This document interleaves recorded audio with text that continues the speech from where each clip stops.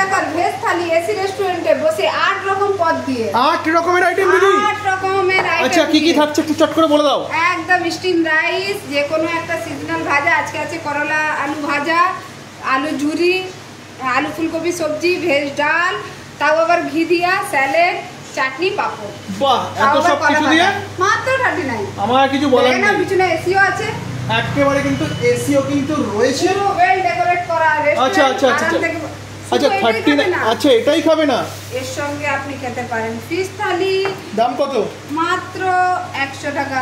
আচ্ছা এইটা নিলে হয়ে যাবে আরো 40, এইটা নিলে 60 টাকা, এটা নিলে 40 টাকা, এইটাও নিলে 40 টাকা, এটা নিলে এক্সট্রা 20 টাকা, এইটা নিলে এক্সট্রা 60 টাকা।